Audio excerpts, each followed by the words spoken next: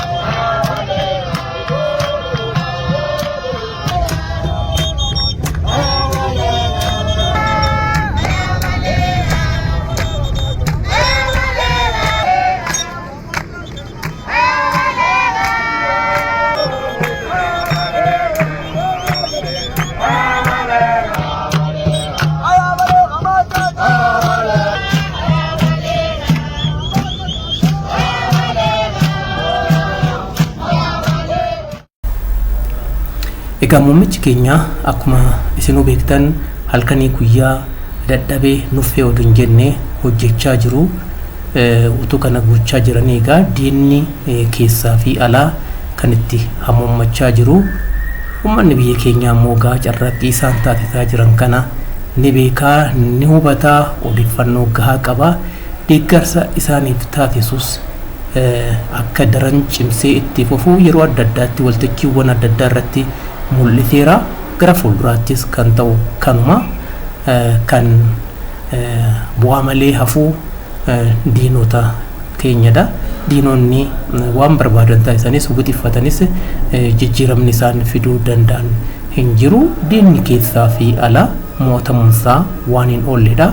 Itoophiyaan mo'attee jirti. Hojiin guddinaa fi misooma daran finiinuudhaan hooggansa muummicha ministeera keenya Dr. Abiy Ahmadiin kan itti fufu ta'a.